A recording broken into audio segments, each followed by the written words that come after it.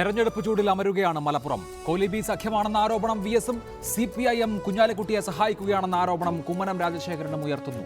ചൂട് പിടിച്ച രാഷ്ട്രീയ അന്തരീക്ഷത്തിൽ നടക്കുന്ന തെരഞ്ഞെടുപ്പ് ലീഗിന് അത്ര എളുപ്പമാകുമോ? ഗോലിയാത്തിനെ വീഴ്ത്താൻ ദാവീദുമാരുണ്ടാകുമോ? എഡിറ്റേഴ്സ് അവർ ചർച്ച ചെയ്യുന്നു. ആദ്യം പ്രധാന വാർത്തകൾ. അമ്മയുടെ സ്നേഹസ്പർശം പോലെ സുമിക്സ് കിഡ്സ് വെയർ. മലപ്പുറം ഉപതെരഞ്ഞെടുപ്പിൽ കോൺഗ്രസ് ലീഗ് BJP സഖ്യം ഉയർന്നു വരുമെന്ന് VS അച്യുതാനന്ദൻ. കോൺഗ്രസിന്റെ മതനിരപേക്ഷത പ്രസംഗങ്ങളിൽ മാത്രം. രാജ്യവും ജനാധിപത്യവും മതനിരപേക്ഷതയുമൊക്കെ അവർക്ക് പ്രസംഗത്തിൽ പറയാനുള്ള ചില വാക്കുകൾ മാത്രമാണ്. മലപ്പുറം ഉപതെരഞ്ഞെടുപ്പിലും ഈ അവിശുദ്ധ കൂട്ടുകെട്ട് ഉണ്ടാകുമെന്നതിൽ തർക്കമില്ല. ജനവിധി അട്ടിമറിക്കാൻ RSS രാജ്ഭവനുകളെ ഉപയോഗിക്കുന്നുവെന്ന് കോടിയേരി. കൊല്ലം കുണ്ടറയിൽ 10 വയസ്സുകാരി മരിച്ച സംഭവത്തിൽ കുട്ടിയുടെ മുത്തച്ഛൻ അറസ്റ്റിൽ. വിക്ടർ പ്രതിയായത് അമ്മയുടെയും സഹോദരിയുടെയും നിർണായക മൊഴിയിൽ. പെൺകുട്ടിയുടെ പിതാവിനെതിരായ പീഡനക്കേസ് പുനരന്വേഷിക്കാൻ റൂറൽ SP-യുടെ ഉത്തരവ്. मैं विधि द्वारा स्थापित भारत के संविधान के प्रति सच्ची श्रद्धा और निष्ठा रखूंगा. ഉത്തർപ്രദേശ് മുഖ്യമന്ത്രിയായി വിവാദ MP യോഗി ആദിത്യനാഥ് സത്യപ്രതിജ്ഞ ചെയ്തു. 2 ഉപമുഖ്യമന്ത്രിമാർ ഉൾപ്പെടെ 47 മന്ത്രിമാർ അധികാരമേറ്റു. മന്ത്രിസഭയിൽ 6 വനിതകൾ. സത്യപ്രതിജ്ഞാ ചടങ്ങിൽ പങ്കെടുത്ത പ്രധാനമന്ത്രി നരേന്ദ്രമോദി.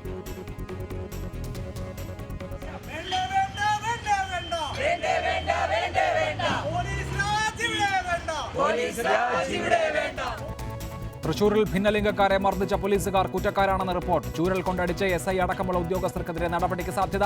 മർദ്ദനമേറ്റവർക്ക് ചികിത്സ നൽകിയില്ലെന്ന പരാതിയിലും അന്വേഷണം.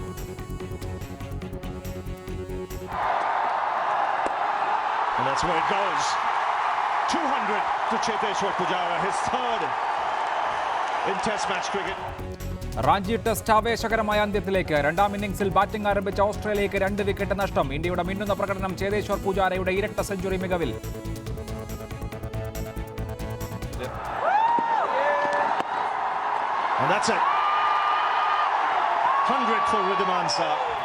വൃദ്ധിമാൻ സാഹയ്ക്കും സെഞ്ചുറി.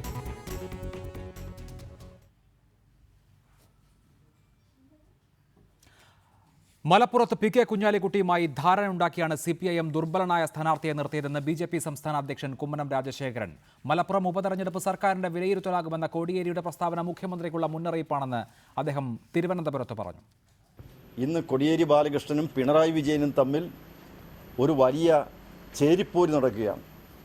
അതാണിന്ന് മലപ്പുറം തെരഞ്ഞെടുപ്പിൻ്റെ ഇപ്പോഴത്തെ അവസ്ഥയിൽ സാഹചര്യത്തിൽ നമുക്കേവർക്കും ബോധ്യപ്പെടുന്നു.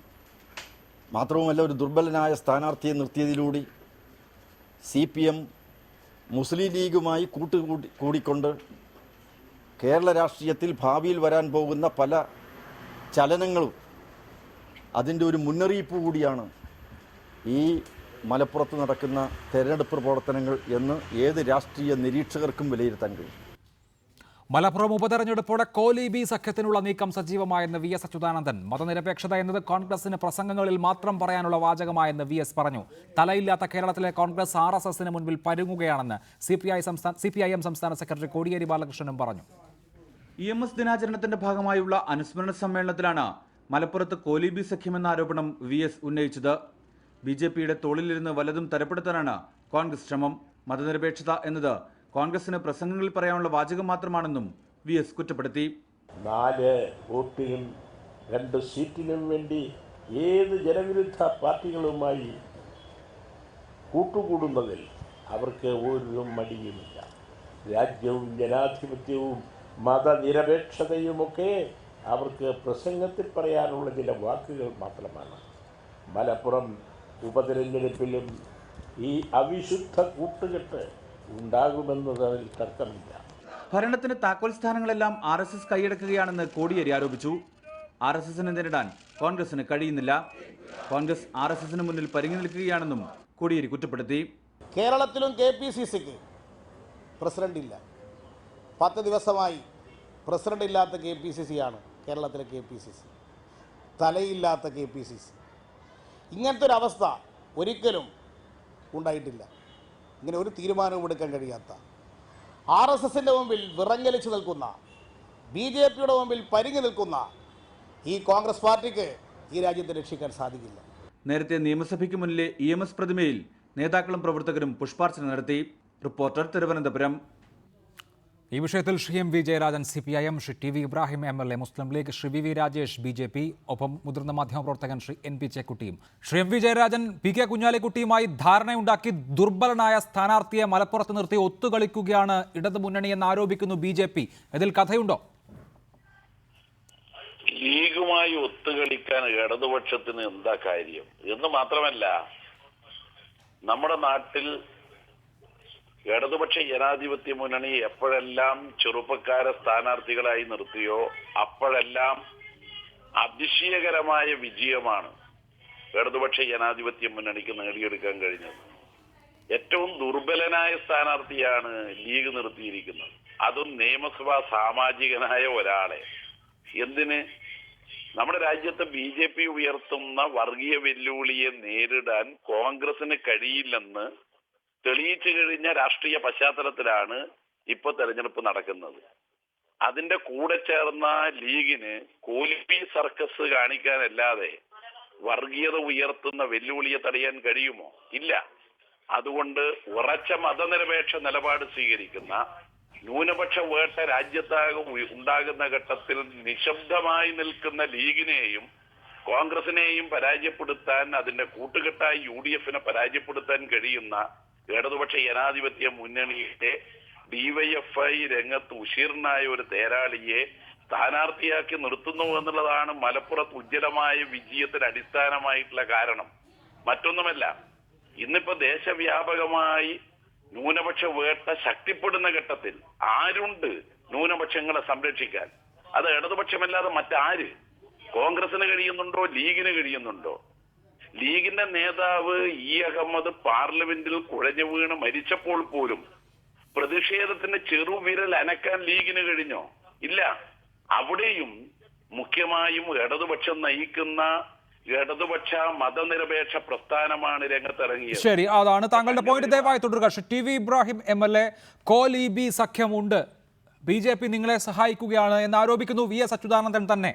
CPIM-ന് അങ്ങനെ ഒരു ആരോപണമുണ്ട്. അങ്ങനെയല്ല, CPIM ആണ് നിങ്ങളെ സഹായിക്കുന്നത്, അതിനുവേണ്ടി ശക്തനല്ലാത്ത ഒരു സ്ഥാനാർത്ഥിയെ നിർത്തിയെന്ന് BJP-യും ആരോപിക്കുന്നു. യഥാർത്ഥത്തിൽ നിങ്ങളെ സഹായിക്കുന്നത് ആരാണ്?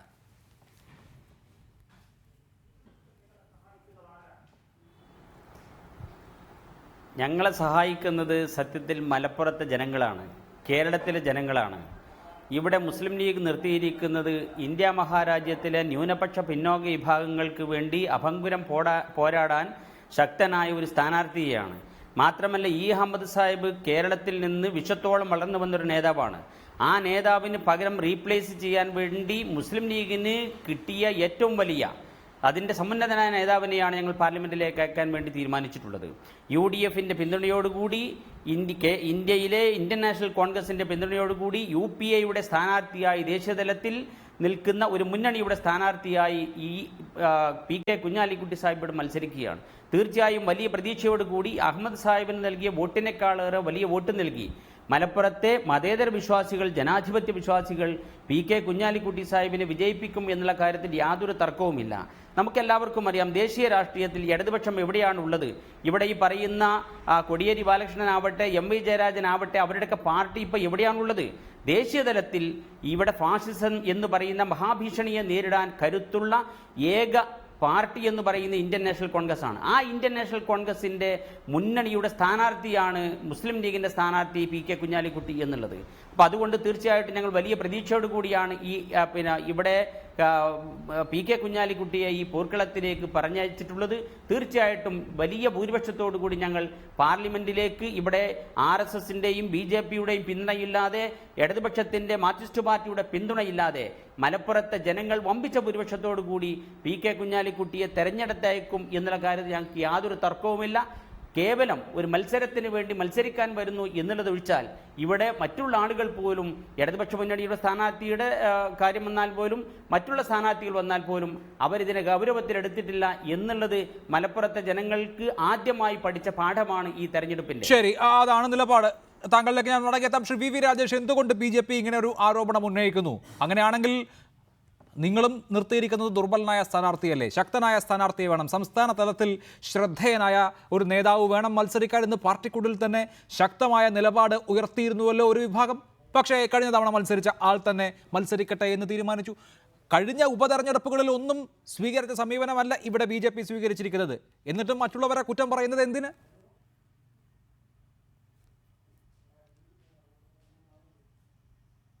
ആദ്യം ഞങ്ങളുടെ സ്ഥാനാർത്ഥിയെക്കുറിച്ച് ഞാൻ മറുപടി വരാം. കഴിഞ്ഞ തെരഞ്ഞെടുപ്പ് കഴിഞ്ഞിട്ട് നിങ്ങൾ അന്വേഷിച്ച് നോക്കൂ, ശ്രീപ്രകാശ് ആ പ്രദേശത്ത് തന്നെ ഉണ്ടായിരുന്നു. അവിടുത്തെ ബാറിൽ അഭിഭാഷകനാണ്, അവിടുത്തെ ജനങ്ങളുടെ ഇടയിൽ തന്നെ ഉണ്ടായിരുന്നു. മാത്രവുമല്ല 2014 അദ്ദേഹം മുൻ തെരഞ്ഞെടുപ്പിനേക്കാൾ സാമാന്യം നല്ല ശക്തി പ്രകടനം അദ്ദേഹം അവിടെ കാഴ്ചവെച്ചു. അതുകൊണ്ട് തന്നെയാണ് ഞങ്ങൾ ആ ജില്ലയിൽ നിറഞ്ഞു നിൽക്കുന്ന കഴിഞ്ഞ തെരഞ്ഞെടുപ്പിൽ സ്ഥാനാർത്ഥി കൂടിയായിരുന്ന വ്യക്തിയാണ് ഞങ്ങളവിടെ നിർത്തിയിരിക്കുന്നത്. ദുർബലൻ എന്ന് പറയുന്നത് തന്നെ യാതൊരു അടിസ്ഥാനവുമില്ലാത്ത വാദമാണ്. ഇനി എന്തുകൊണ്ട് BJPയുടെ സംസ്ഥാന അധ്യക്ഷൻ ഇന്നിങ്ങനെ ഒരു ആരോപണം ഉന്നയിച്ചു? തീർച്ചയായും ശരിയാണ്. ഞങ്ങൾ മനസ്സിലാക്കുന്നത് മുസ്ലിം ലീഗ് ആവശ്യപ്പെട്ടതിനനുസരിച്ചുള്ള സ്ഥാനാർത്ഥിയെ തന്നെ LDF അവർക്ക് കൊടുത്തു എന്നുള്ളതാണ്. ഇപ്പോൾ വരുന്ന സ്ഥാനാർത്ഥിയുടെ പേര് ഒരിടത്തും ചർച്ച വന്നില്ലല്ലോ, TK ഹംസ. അതോടൊപ്പം തന്നെ മുഹമ്മദ് റിയാസ്. ഇടതുപക്ഷത്തിന് വിജയപ്രതീക്ഷ ഉണ്ടായിരുന്നുവെങ്കിൽ ഇപ്പോൾ DYFയുടെ അഖിലേന്ത്യാ പ്രസിഡന്റ് കൂടിയായിട്ടുള്ള മുഹമ്മദ് റിയാസ് ഇവിടെ നിന്ന് ജയിച്ച് MP ആയി കഴിഞ്ഞാൽ അദ്ദേഹത്തിന് കേന്ദ്രത്തിലിരുന്ന DYFI പ്രവർത്തനവും MP പ്രവർത്തനവും നടത്താമല്ലോ. അപ്പോൾ എന്തുകൊണ്ട് അദ്ദേഹം സ്ഥാനാർത്ഥിയായിട്ടില്ല? ഒന്ന്, വിജയപ്രതീക്ഷയില്ല. മറ്റൊന്ന്, UDF അപ്രസക്തമായി കഴിഞ്ഞു കേരളത്തിൽ. UDFിൽ നിന്നും ഏതെങ്കിലും തരത്തിൽ പുറത്തു ചാടാൻ സാധിക്കുമോ എന്ന് പ്രതീക്ഷിച്ചു നടക്കുകയാണ് മുസ്ലിം ലീഗ്. 2021 വരുന്ന അസംബ്ലി തെരഞ്ഞെടുപ്പിൽ LDFിൽ ചേക്കാറാനുള്ള മുസ്ലിം ലീഗിൻ്റെ പ്രവർത്തനങ്ങളുടെ പ്രാരംഭ പ്രവർത്തനങ്ങളാണ് ഇവിടെ നടക്കുന്നത്. അതിനനുസരിച്ച് മലപ്പുറത്ത് മുസ്ലിം ലീഗിന്റെ സിറ്റിംഗ് സീറ്റ് ആയതുകൊണ്ട് ലീഗ് ആവശ്യപ്പെട്ട അനുസരിച്ച് കേവലം ദുർബലനായ ഒരു ഇവിടെ നമുക്ക് നല്ല ബോധ്യമുണ്ട് ആ കോൺസ്റ്റിറ്റ്യുവൻസിയെ കുറിച്ച്. ഉള്ള 7 നിയമസഭാ മണ്ഡലങ്ങളും ലീഗിന്റെ MLA-മാരുള്ള കോൺസ്റ്റിറ്റ്യുവൻസിയാണ്. കഴിഞ്ഞ തവണ 1,92,200 വോട്ടിന് ഈ അമ്മനെ വിജയിപ്പിച്ച മണ്ഡലമാണ്. എന്തിന് ഇടത് തരംഗം മാഞ്ഞടിച്ച കഴിഞ്ഞ നിയമസഭാ തെരഞ്ഞെടുപ്പിൽ ഈ 7 അസംബ്ലി സെഗ്മെന്റുകളും കൂടി ലീഗിന്റെ സ്ഥാനാർത്ഥികൾക്ക് 1,17,000 വോട്ടിന്റെ മുൻതൂക്കം നേടിക്കൊടുത്ത മണ്ഡലമാണ്. സ്വാഭാവികമായും വലിയ മേൽക്കൈയുള്ള ഒരു മണ്ഡലത്തിൽ ഇടതുപക്ഷത്തിന് ജയപ്രതീക്ഷ കുറഞ്ഞിരിക്കും എന്നുള്ളത് യാഥാർത്ഥ്യമാണല്ലോ. അത് അത്ഭുതമല്ല. എന്തുകൊണ്ട് ഇങ്ങനെ ഒരു ആരോപണം ഉന്നയിക്കുന്നു? അങ്ങനെയാണെങ്കിൽ സമാനമായ ആരോപണം നിങ്ങൾക്കെതിരെ ഉന്നയിക്കാം. അരുവിക്കര നിയമസഭാ ഉപതെരഞ്ഞെടുപ്പ് നടന്നപ്പോൾ നിങ്ങൾക്ക് വിജയപ്രതീക്ഷ ഉള്ളതുകൊണ്ടാണോ മുൻപ് 7,000 വോട്ട് കിട്ടിയ സ്ഥാനത്ത് O രാജഗോപാലിനെ മത്സരിപ്പിച്ചത്? നെയ്യാറ്റിൻകരയിൽ അതിനു മുൻപ് O രാജഗോപാലാണല്ലോ ഉപതെരഞ്ഞെടുപ്പ് നടന്നപ്പോൾ മത്സരിച്ചത്. അപ്പോൾ ഒരു നിയമസഭാ സെഗ്മെന്റിൽ ഏറ്റവും പ്രധാനപ്പെട്ട നേതാവിനെ മത്സരിപ്പിച്ചിരുന്ന BJP, മുൻ ഉപതെരഞ്ഞെടുപ്പുകളിൽ ആ സമീപനം സ്വീകരിച്ചിരുന്ന BJP ഇവിടെ മലപ്പുറത്ത് അത് ചെയ്യുന്നില്ല എന്നുള്ളതിനെ സമാനമായി താങ്കൾ ഉന്നയിച്ച അതേ സംശയം കൊണ്ട് ചോദ്യം ചെയ്യാമല്ലോ.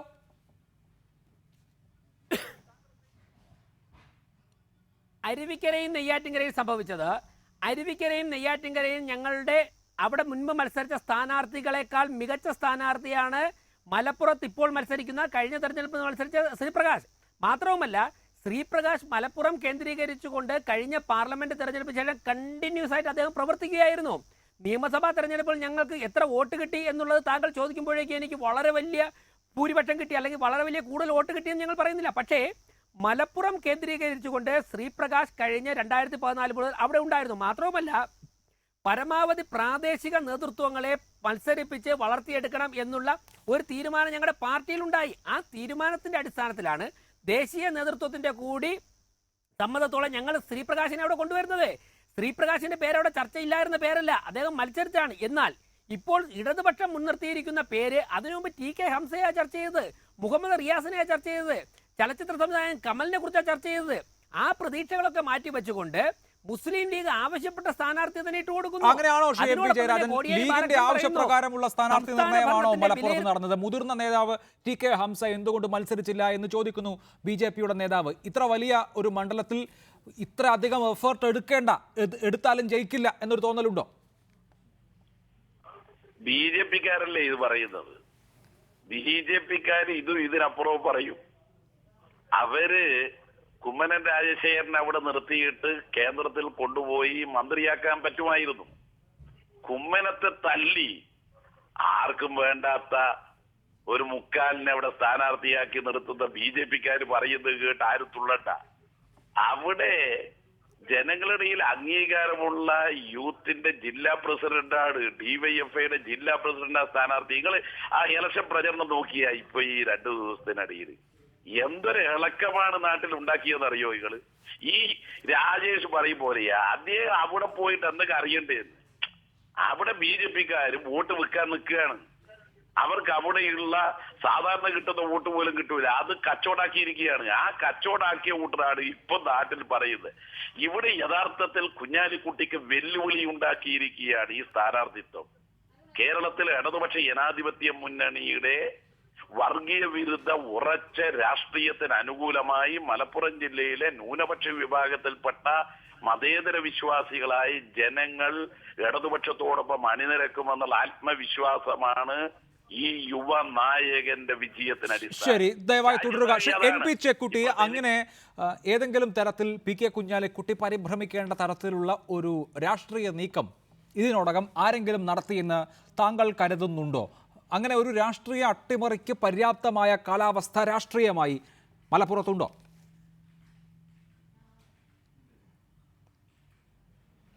ഞാൻ ഇന്നലെ രാത്രി ഈ മണ്ഡലത്തിലായിരുന്നു. ഇന്നലെ രാത്രി കുറേയേറെ സമയം ഞാൻ ആ മണ്ഡലത്തിലൂടെ യാത്ര ചെയ്തിട്ടാണ് കോഴിക്കോട്ട് വന്നത്. അവിടെ ജനങ്ങൾക്കിടയിൽ പിന്നെ എന്തെങ്കിലും വലിയ മാറ്റം വന്നതായോ, രാഷ്ട്രീയത്തിൽ മുസ്ലിം ലീഗിനും പ്രത്യേകിച്ച് കുഞ്ഞാലിക്കുട്ടിക്കും എതിരായിട്ട് അവിടെ ഒരു ജനമുന്നേറ്റം നടക്കുന്നതായിട്ടോ എനിക്ക് കാണാൻ കഴിഞ്ഞിട്ടില്ല. യഥാർത്ഥത്തിലുള്ള വിഷയം എന്താ വെച്ചാൽ, ഇത് സ്ഥാനാർത്ഥികളാര് എന്നൊക്കെ അതാത് പാർട്ടികൾ നിശ്ചയിക്കേണ്ടതാണ്. ഏതെങ്കിലും പാർട്ടി ഒരു യുവജനങ്ങളെ നിർത്തേണ്ടതാണ്. കാരണം എല്ലാ കാലത്തും പഴയ ആളുകളെ വെച്ചിട്ട് നമുക്ക് മുമ്പോട്ട് പോകാൻ കഴിയില്ല.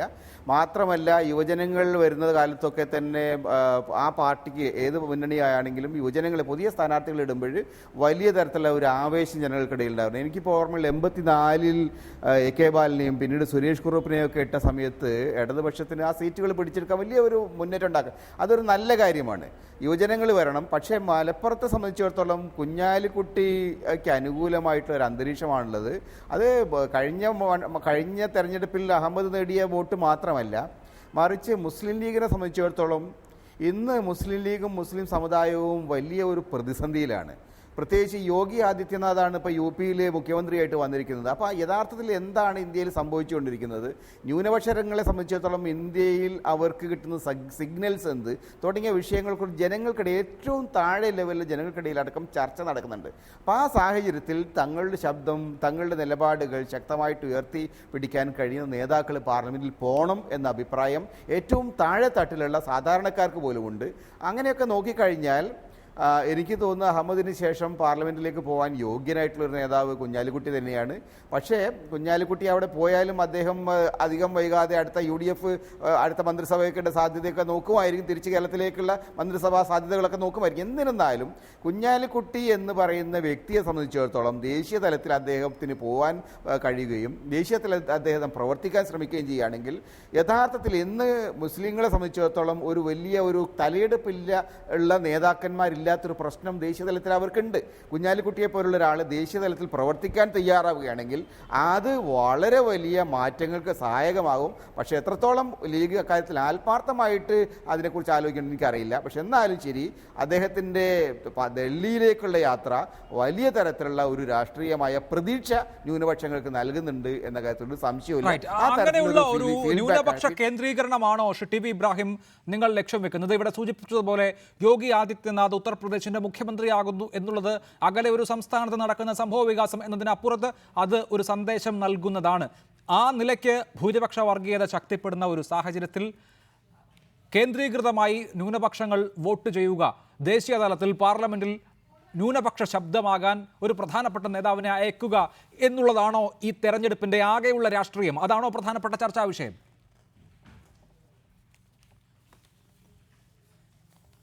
തീർച്ചയായും നിങ്ങൾ പറയുന്ന അതേ രാഷ്ട്രീയം തന്നെയാണ് മുസ്ലിം ലീഗ് കാണുന്നത്. മുസ്ലിം ലീഗ് ഇപ്പോഴത്തെ പ്രത്യേക രാഷ്ട്രീയ സാഹചര്യം ഇവിടെ ശ്രീമാൻ ചെക്കുട്ടി ഇവിടെ വിശദീകരിക്കുകയുണ്ടായി. നമുക്കെല്ലാവർക്കും അറിയാം, 5 സംസ്ഥാനങ്ങളിൽ കൂടി തെരഞ്ഞെടുപ്പ് നടന്നപ്പോൾ ഉത്തർപ്രദേശിൽ മഹാഭൂരിപക്ഷത്തോടുകൂടി 4-3 ഭൂരിപക്ഷത്തോടുകൂടി BJP അധികാരം പിടിച്ചെടുക്കുകയും അതിൽ യോഗി ആദിത്യയെ പോലെയുള്ള ഒരാൾ അവിടെ മുഖ്യമന്ത്രിയായി വരികയും ചെയ്ത ഒരു സാഹചര്യം.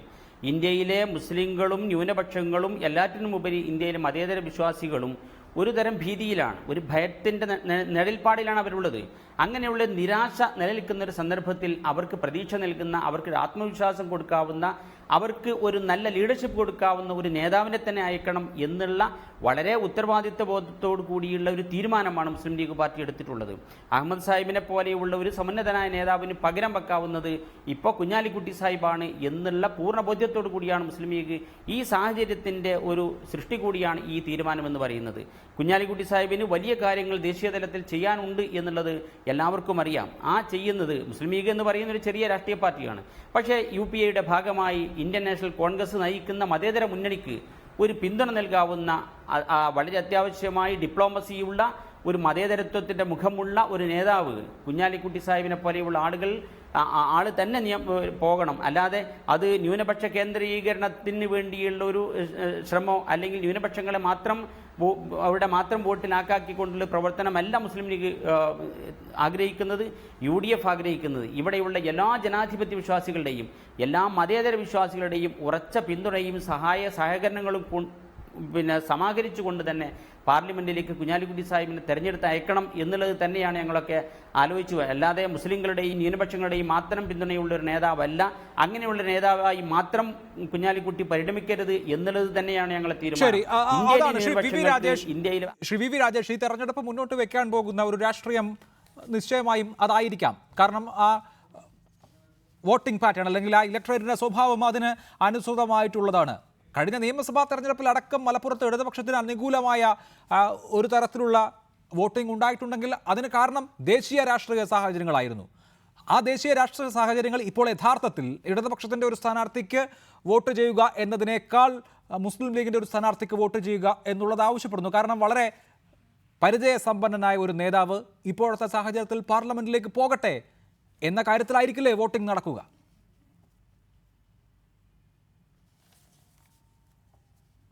അഭിലാഷ്, മുസ്ലിം സമുദായത്തിൽപ്പെട്ട വോട്ടർമാരാണ് അവിടെ ഭൂരിപക്ഷം എന്നുള്ളത് കൊണ്ട് അവർ മുസ്ലിം ലീഗിന് അനുകൂലമായി തന്നെ ചിന്തിക്കും എന്ന് നമ്മൾ എങ്ങനെ മുൻവിധി എഴുതാൻ സാധിക്കുന്നത്? മുസ്ലിം സമുദായത്തിൽപ്പെട്ട ജനവിഭാഗങ്ങൾ ഭൂരിപക്ഷമുള്ള നിയോജക മണ്ഡലങ്ങൾ BJP വൻ ഭൂരിപക്ഷത്തിൽ ജയിച്ച ഉദാഹരണത്തിന്റെ മുകളിൽ നിന്നുകൊണ്ടല്ലേ ഞാൻ നിങ്ങൾ സംസാരിക്കുന്നത്. അവിടെയുള്ള പ്രബുദ്ധരായ വോട്ടർമാർക്കറിയാം, ശ്രീ കുഞ്ഞാലിക്കുട്ടി വിജയിച്ച് ഡൽഹിയിൽ ചെന്ന് കഴിഞ്ഞാൽ മലപ്പുറം നിയോജക മണ്ഡലത്തിൽ ഒരു സാധാരണ MP എന്നുള്ളതിലപ്പുറം എന്ത് മാറ്റമാണ് കൊണ്ടുവരാൻ സാധിക്കുന്നത്? മാത്രവുമല്ല, ഇപ്പോൾ UPA കുറിച്ച് പറഞ്ഞു, ഒരു പ്രതിപക്ഷം പോലും അല്ലാത്ത ഇന്ത്യൻ നാഷണൽ കോൺഗ്രസിന്റെ നേതൃത്വത്തിൽ 5 സംസ്ഥാനങ്ങളെ തിരഞ്ഞെടുപ്പ് കൂടി കഴിഞ്ഞപ്പോഴേക്കും AICC നേതൃത്വം എത്രത്തോളം ഒരു KPCC നിർദ്ദേശിക്കാൻ പറ്റാത്ത തരത്തിൽ ദുർബലമായ AICC നേതൃത്വത്തിന്റെ കീഴിൽ ശ്രീ കുഞ്ഞാലിക്കുട്ടിക്ക് പാർലമെന്റിൽ എന്താണ് ചെയ്യാൻ സാധിക്കുന്നത്? ഒന്നും ചെയ്യാൻ സാധിക്കില്ല. ശ്രീ അഹമ്മദിന് പകരം മറ്റൊരു MP ആയിട്ട് അവിടെ ഇരിക്കാൻ മാത്രമേ സാധിക്കുകയുള്ളൂ. എന്നാൽ മറിച്ച് BJP-യുടെ ഒരു പ്രതിനിധി മലപ്പുറം നിയോജക മണ്ഡലത്തിൽ നിന്നും വിജയിച്ച് പാർലമെന്റിൽ എത്തിക്കഴിഞ്ഞാൽ കേരളത്തിൽ വളരെ വലിയ മാറ്റങ്ങൾ, പ്രത്യേകിച്ച് ന്യൂനപക്ഷ ജനവിഭാഗങ്ങൾക്കൊക്കെ തന്നെ വളരെ വലിയ നേട്ടങ്ങളും മാറ്റങ്ങളും ഉണ്ടാക്കാൻ സാധിക്കുമെന്ന് അവിടുത്തെ ജനങ്ങൾക്കറിയാം. എന്തുകൊണ്ട് അങ്ങനെ ഒരു സാഹചര്യത്തിൽ പ്രബുദ്ധന്മാരായ വോട്ടർമാർ BJP-ക്ക് അനുകൂലമായി വിധി എഴുതുമെന്ന് ചിന്തിച്ചുകൂടാ? ഇതുകൂടി മനസ്സിലാക്കിക്കൊണ്ടാണ് CPM ഒരു കാരണവശാലും തങ്ങൾക്ക് ജയിക്കാൻ സാധിക്കില്ല. ദേശീയ തലത്തിൽ പ്രസക്തി നഷ്ടപ്പെട്ടു. മലപ്പുറം നിയോജക മണ്ഡലത്തിൽ ജയിക്കുവാൻ ആവശ്യമായ വോട്ടില്ല. 9 മാസത്തെ ഭരണമാണെന്നുണ്ടെങ്കിൽ ആരും തന്നെ CPM-നെ പിന്തുണയ്ക്കാത്ത അവസ്ഥ. അതൊക്കെ എനിക്ക് തോന്നുന്നു CPIM-ന്റെ പ്രതിനിധി മറുപടി പറയേണ്ടതാണ്. ശ്രീ MP ജയരാജനുടൻ ടെലിഫോൺ ലൈനിൽ ചേരും. അദ്ദേഹത്തിന്റെ ടെലിഫോൺ ഇപ്പോൾ കട്ടാണ്. ഞാൻ അദ്ദേഹത്തിലേക്ക് വരുന്നതിന് മുൻപ് ശ്രീ NP ചേക്കുട്ടി, കഴിഞ്ഞ നിയമസഭാ തെരഞ്ഞെടുപ്പ് എടുത്താൽ മലപ്പുറം ജില്ലയിലെ പല മണ്ഡലങ്ങളിലും ഇടതുപക്ഷത്തിന് മുൻകാലങ്ങളിനേക്കാൾ കൂടുതൽ വോട്ട് പോൾ ചെയ്തതായി കാണാം. മുൻപ് 2006 മുസ്ലിം ലീഗിന്റെ പ്രമുഖ നേതാക്കൾ തോറ്റിട്ടുണ്ട് എങ്കിലും എല്ലാ മണ്ഡലങ്ങളിലും ഒരു പ്രത്യേക തരത്തിലുള്ള വോട്ടിംഗ് ദൃശ്യമായിരുന്നില്ല. പക്ഷേ നമ്മൾ ഈ കഴിഞ്ഞ നിയമസഭാ തെരഞ്ഞെടുപ്പിന്റെ കണക്കെടുത്താൽ 30,000-വും 35,000-വും ആയിരുന്ന ഭൂരിപക്ഷങ്ങൾ 10,000-വും 12,000-വും ഒക്കെയായി താഴുന്ന ഒരു പ്രവണത കണ്ടു. തദ്ദേശ തെരഞ്ഞെടുപ്പിലും സമാനമായ ഒരു അനുഭവം കാണുകയുണ്ടായി. അങ്ങനെ ന്യൂനപക്ഷങ്ങൾ കൂടുതൽ വിശ്വാസ്യത ഇടതുപക്ഷത്തിനാണ് എന്നുള്ള നിലയ്ക്ക് ഒരു വിഭാഗമെങ്കിലും വോട്ട് ചെയ്യുന്ന ഒരു സാഹചര്യം ഉണ്ടായിരുന്നു. അതുകൊണ്ട് തന്നെ അതേ പ്രവണത ഈ ലോക്സഭാ ഉപതെരഞ്ഞെടുപ്പിൽ ഉണ്ടാകും എന്ന് കരുതണോ?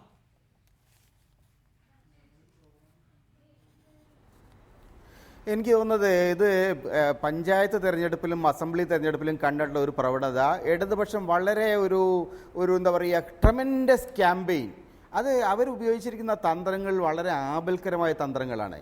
കേരളത്തിലെ സമൂഹത്തെ, കേരളത്തിലെ നമ്മുടെ ക്രിസ്ത്യൻ, മുസ്ലിം, ഹിന്ദു ഈ 3 സമൂഹങ്ങളും വളരെ യോജിപ്പോടുകൂടി സാമൂഹിക തലത്തിൽ വളരെയേറെ യോജിപ്പോടുകൂടി നിൽക്കുന്ന കമ്മ്യൂണിറ്റീസാണ്. രാഷ്ട്രീയമായിട്ട് വ്യത്യാസങ്ങളുണ്ടെങ്കിലും മറ്റെല്ലാ തലത്തിലും പരസ്പരം വലിയ ഇഴയടുപ്പുള്ള ഒരു സൊസൈറ്റിയാണ് കേരളത്തിൽ മുസ്ലിങ്ങളും ക്രിസ്ത്യാനികളും ഹിന്ദുക്കളും. അതിനകത്ത് വളരെ അമിതമായിട്ടുള്ള ഒരു അവർ നടത്തിയ ക്യാമ്പയിൻ. ഞാൻ ചോദിക്കട്ടെ, ഗുരുവായൂരപ്പൻ കോളേജിൽ പോയിട്ട് അവിടെ ബീഫ് ഫെസ്റ്റിവൽ നടത്തേണ്ട കാര്യമൊന്നുമില്ല. അല്ലെങ്കിൽ കേരളവർമ്മ കോളേജിൽ അവിടെ ബീഫ് തിന്നു കഴിഞ്ഞാൽ മുസ്ലിങ്ങൾക്കെല്ലാം മുസ്ലിങ്ങളുടെ ദേശീയ ഭക്ഷണമല്ലോ ആണ് ബീഫ്. ആ തരത്തിൽ അനാവശ്യമായ സാമൂഹിക സ്പർദ്ധ ഉണ്ടാക്കിക്കൊണ്ട് ഒരു വർഗീയ വിഭജനത്തിൻ്റെ വർഗീയമായിട്ടുള്ള പ്രചാരണത്തിൻ്റെ അടിസ്ഥാനത്തിലാണ് ഈ വിജയം അവർക്ക് ഉണ്ടാക്കാൻ കഴിഞ്ഞത്. അത് ശരിയായ ഒരു രീതിയല്ല. കേരളത്തിലെ മുസ്ലിം കമ്മ്യൂണിറ്റിക്ക് അകത്ത് ഒരു തരത്തിൽ ഉള്ള ഒരു അമിതമായിട്ടുള്ള ഒരു കമ്മ്യൂണൽ പോളറൈസേഷൻ ഉണ്ടാക്കാൻ ശ്രമമാണ് നടത്തിയത്.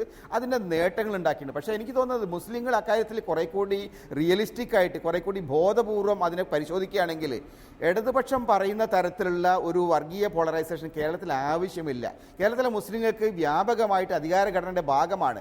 ദേശീയ തലത്തിൽ BJPക്കെതിരായിട്ട് നിൽക്കുന്ന ശക്തികൾ ആരാണോ അവരുടെ കൂടെ നിൽക്കുക എന്നുള്ളതാണ് പ്രധാനം. കാരണം മുസ്ലിങ്ങൾക്ക് കേരളത്തിന് പുറത്ത് വലിയൊരു രാഷ്ട്രീയ ശക്തിയായിട്ട് നിൽക്കാൻ കഴിയുന്നില്ല. അങ്ങനെ നിൽക്കുന്ന സമയത്ത് ആരൊക്കെയാണുള്ളത്? UPയിലോ അല്ലെങ്കിൽ മറ്റേതെങ്കിലും പ്രദേശത്തോ ഇടതുപക്ഷം വലിയൊരു ശക്തിയായിട്ട് നമുക്ക് കാണാൻ കഴിയില്ല. ഇനി ഇടതുപക്ഷമുള്ള സ്ഥലങ്ങളിൽ, ബംഗാൾ പോലുള്ള സ്ഥലങ്ങളിൽ മുസ്ലിങ്ങളുടെ അവസ്ഥ അങ്ങേയറ്റം മോശമായിരുന്നു. സച്ചാർ കമ്മീഷൻ റിപ്പോർട്ടല്ലേ പറയുന്നുണ്ട്. സച്ചാർ കമ്മീഷൻ റിപ്പോർട്ട് പറയുന്നത് ദളിതരെക്കാൾ മോശമായ അവസ്ഥയിലാണ് മുസ്ലിങ്ങൾ ബംഗാളിലുള്ളത്. അപ്പോൾ അത്തരം കാര്യങ്ങളൊക്കെ നോക്കിക്കഴിഞ്ഞാൽ തങ്ങൾക്ക് ഗുണം ചെയ്യാനിടയില്ല, തങ്ങളുടെ താല്പര്യങ്ങൾ സംരക്ഷിക്കാനിടയില്ല. അത് കോൺഗ്രസ് ആയാൽ കോൺഗ്രസ്, സമാജ്വാദി പാർട്ടി എങ്കിൽ സമാജ്വാദി പാർട്ടി, BSP എങ്കിൽ BSP, അത്തരത്തിലുള്ള ശക്തികളുമായിട്ട് യോജിക്കാനാണ് മുസ്ലിം സമൂഹം ജയരാജൻ, ഇതിനൊരു പ്രശ്നം എന്താണെന്ന് വെച്ചാൽ ദേശീയ രാഷ്ട്രീയമാണല്ലോ കൂടുതലായും ഒരു ലോക്സഭാ ഉപതെരഞ്ഞെടുപ്പ് ആയതുകൊണ്ട് പ്രതിഫലിക്കുക. ലോക്സഭയിൽ ഒരു MP ആയി ആരിക്കണം എന്നുള്ള ചോദ്യത്തെയാണ് മലപ്പുറത്തെ വോട്ടർമാർ അഭിസംബോധന ചെയ്യുന്നത്. അങ്ങനെയുള്ള സാഹചര്യത്തിൽ ഇടതുപക്ഷത്തിൻ്റെതായാലും UDFിൻ്റെതായാലും BJPയോടുള്ള സമീപനം, ഇപ്പോഴത്തെ ദേശീയ രാഷ്ട്രീയ സാഹചര്യങ്ങളോടുള്ള സമീപനം ഏതാണ്ട് ഒന്ന് തന്നെയാണ്. അതായത് നിങ്ങൾ രണ്ടുപേരും പറയുന്നത് ഏറെക്കുറെ സമാനമായ കാര്യമാണ്. പാർലമെന്റിൽ ഒരുമിച്ചുള്ള നിലപാടാണ് മിക്കവാറും വിഷയങ്ങളിലൊക്കെ എടുക്കുകയും ചെയ്യുക. അപ്പോൾ അങ്ങനെയുള്ള സാഹചര്യങ്ങളിൽ ഒരു മുതിർന്ന സീനിയറായ പരിചയസമ്പന്നനായ ഒരു നേതാവ് എന്ന ഒരു ചോയ്സിലേക്ക് വളരെ സ്വാഭാവികമായും ഒരുപക്ഷെ ഇടതുപക്ഷത്തിന് വോട്ട് ചെയ്തുകൊണ്ടിരുന്ന ആളുകൾ പോലും എത്തില്ലേ? ഇടതുപക്ഷവും വലതുപക്ഷവും BJP ഉയർത്തുന്ന വർഗീയതക്കെതിരായി സമാന സ്വഭാവ രാഷ്ട്രീയമാണ് എന്ന് പറയുന്നത് തികച്ചും അപ്രസക്തവും അസത്യവുമാണ്. കാരണം സമീപകാലത്ത് വർഗീയതക്കെതിരായിട്ടുള്ള വെല്ലുവിളികൾ രാജ്യത്താകെ ഉയർന്നു വന്നപ്പോൾ കോൺഗ്രസ് നയിക്കുന്ന UDF കേരളത്തിലും കോൺഗ്രസ് ഇതര സംസ്ഥാനങ്ങളിലും നിശബ്ദമായിരുന്നു. അതിനെ മൃതഹിന്ദുത്വ സമീപനം എന്ന് പറയാം. യശശരീരനായ അഹമ്മദിനെ നമ്മളൊന്ന് ഓർത്തു നോക്ക്. അഹമ്മദോ ഇന്നിപ്പോൾ ലീഗിന്റെ MP ആയിട്ടുള്ള ET മുഹമ്മദ് ബഷീറോ ലോകസഭയിൽ കഴിഞ്ഞ 3 വർഷക്കാലം സംഘപരിവാറിനെതിരായി മുസ്ലിം ലീഗിന്റെ MPമാരായി UDFനെ പ്രതിനിധീകരിച്ച് അവിടെ എത്തിയപ്പോൾ അവർക്ക് എന്തൊക്കെ ചെയ്യാൻ കഴിഞ്ഞോ? എന്നാൽ യോഗി ആദിത്യനാഥ് UPയിലെ മുഖ്യമന്ത്രിയായപ്പോൾ തിരിച്ചറിയുന്നു നാം, കേവലം ഒരു വർഗീയവാദി മാത്രമല്ല യോഗി ആദിത്യനാഥ്, തീവ്രവാദിയായ വർഗീയവാദിയാണ്. വിഷം തുപ്പുന്ന പ്രയോഗങ്ങളായിരുന്നു. പാർലമെന്റിൽ അദ്ദേഹം നടത്തിയ പ്രസംഗത്തിലെ ഈ വിഷം തുപ്പുന്ന വരികൾ വന്നപ്പോ അതിനോട് പൊരുതാൻ ആരുണ്ടായി നാട്ടിൽ? P. കരുണാകരൻ അടക്കമുള്ളവർ നയിക്കുന്ന ഇടതുപക്ഷ MPമാർ. ഇത്തരം ഒരു ദേശീയ രാഷ്ട്രീയ പശ്ചാത്തലത്തിൽ ലീഗിന്റെ കുഞ്ഞാലിക്കുട്ടി പോയാൽ ബിഗ് സീറോ ആയിരിക്കും. ഇത് മതനിരപേക്ഷ ഭാരതവും മതസൗഹാർദ്ദത്തിന്റെ വിളനിലമായ കേരളവും കാണുന്ന കാര്യമാണ്. നിങ്ങൾ നോക്കണം, തെലങ്കാനയിൽ സഖാവ് പിണറായി വിജയൻ കേരളത്തിന്റെ മുഖ്യമന്ത്രി പോയപ്പോൾ അവിടെ കാണാൻ കഴിഞ്ഞ ആൾക്കൂട്ടവും ആരവവും. രാജ്യത്താകെ സമീപകാലത്ത് ഉയർന്നു വന്ന സംഘപരിവാർ വേട്ടയെ പ്രതിരോധിക്കാൻ കോൺഗ്രസിനോ ലീഗിനോ ഒന്നും കഴിയില്ലെന്ന് തെളിഞ്ഞുകൊണ്ടിരിക്കുന്ന സാഹചര്യത്തിൽ ആ ഇടതുപക്ഷത്തിന്റെ ചെറുപ്പക്കാരനായ പ്രതീതിയല്ലാതെ മലപ്പുറക്കാർ ആരെ തെരഞ്ഞെടുത്തയക്കണം? ശരി, അതാണ് TV ഇബ്രാഹിം. ആരാണ് സംഘപരിവാറിനെ ഏറ്റവും ശക്തമായി എതിരിടുക? അതാണ് മലപ്പുറം ആകാംക്ഷയോടെ കാത്തിരിക്കുന്നത്. എങ്കിൽ കൂടുതൽ മാർക്ക് ആർക്ക് കിട്ടും? ഇപ്പോൾ ശ്രീ MV ജയരാജൻ ചൂണ്ടിക്കാണിച്ചതുപോലെ സംഘപരിവാർ ഇപ്പോൾ യുദ്ധം നയിക്കുന്നത് കേരളത്തിൽ പിണറായി വിജയനെതിരെയാണ്. പിണറായി വിജയൻ മംഗലാപുരത്ത് പോകുന്നു, ഇന്നിപ്പോൾ ഹൈദരാബാദിൽ പോകുന്നു. അങ്ങനെ സംഘപരിവാർ രാഷ്ട്രീയത്തിനെതിരായുള്ള ഏറ്റവും തീവ്ര രാഷ്ട്രീയ മുഖം എന്നുള്ള നിലയിൽ പിണറായി വിജയന് കിട്ടില്ലേ മലപ്പുറത്തോട്ട്? അങ്ങനെയാണെങ്കിൽ പിണറായി വിജയന്റെ സ്ഥാനാർത്ഥി ലോക്സഭയിലേക്ക് പോകേണ്ടേ?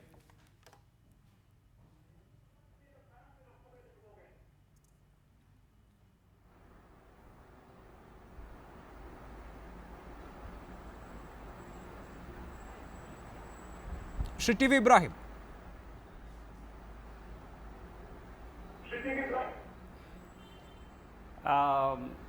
ഞാൻ പറഞ്ഞത് എന്തോ ഒരു കട്ടിങ് വന്നിട്ടുണ്ട്. ഏതായാലും നിങ്ങൾ പറഞ്ഞത് ഞാൻ ഊഹിക്കുന്നു.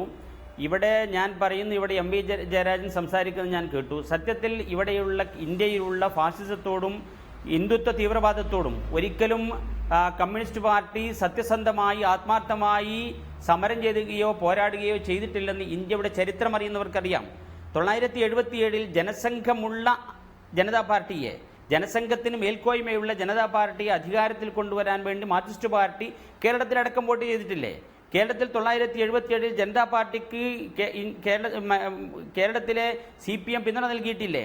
അത് കഴിഞ്ഞ് 1989 വന്ന നമ്മുടെ LK അദ്വാനിയുടെയും മറ്റുമൊക്കെ പിന്തുണയോടുകൂടി നാഷണൽ ഫ്രണ്ട് എന്ന് പറയുന്ന മുന്നണിയുടെ ഭാഗമായി ഒരേ സമയം തന്നെ LK അദ്വാനിയും EMS നമ്പൂതിരിപ്പാടും എല്ലാം കൂടെ യോജിച്ച് ചർച്ച ചെയ്തിട്ടല്ലായിരുന്നോ ഇവിടെ VP സിംഗിന്റെ ഗവൺമെന്റിനെ നിലനിർത്തിയത്? 1967 കുറച്ചുകൂടെ പിന്നോട്ട് പോയാൽ കമ്മ്യൂണിസ്റ്റ് പാർട്ടി SVD എന്ന് പറയുന്നത് 7 സംസ്ഥാനങ്ങളിൽ ആദ്യമായി കോൺഗ്രസ് പാർട്ടി അധികാരത്തിൽ നിന്ന് പുറത്തുപോയപ്പോൾ അവിടെ പകരം വന്ന മുന്നണിയുടെ ഭാഗമായി SVD എന്ന് പറയുന്ന ആ മുന്നണിയുടെ ഭാഗമായി കമ്മ്യൂണിസ്റ്റ് പാർട്ടികൾ നിലനിന്നിട്ടുണ്ട് എന്ന് പറഞ്ഞാൽ ആദ്യ കാലഘട്ടത്തിലൊക്കെ ഏറ്റവും വലിയ ശക്തിയായ 60കളുടെയും 70കളുടെയും കഥയിലെ ടി വി ഇബ്രാഹിം, ഇപ്പോഴത്തെ സാഹചര്യത്തിൽ ആര് എന്നുള്ളതാണ് പ്രശ്നം. ഞാൻ അങ്ങയിലേക്ക് മടങ്ങിയെത്താം. ശ്രീ VV രാജേഷ്, കഴിഞ്ഞ നിയമസഭാ തെരഞ്ഞെടുപ്പിൽ സംസ്ഥാനത്ത് BJPക്ക് പലയിടങ്ങളിലും അനുകൂലമായ സമീപനം വോട്ടർമാരിൽ നിന്നുണ്ടായിരുന്നു.